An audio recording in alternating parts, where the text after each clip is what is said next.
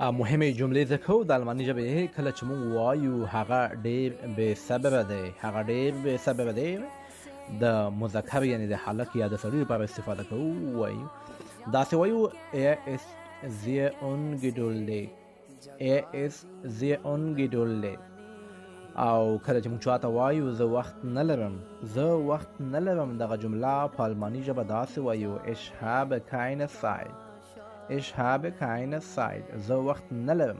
دوستانو کله چې موږ چاته وایو تعدي یعنی تریوار جلدی مکوه، تعدي تریوار یا جلدی ټولې یوه معنا ده مکوه.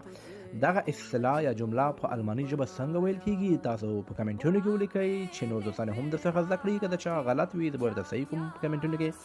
کله تاسو کمنټ وکړئ هغه کمنټ به ستاسو همیشه لپاره په یاد وي. یوه اسانه لاره ده د الماني ژبې زده کولو لپاره.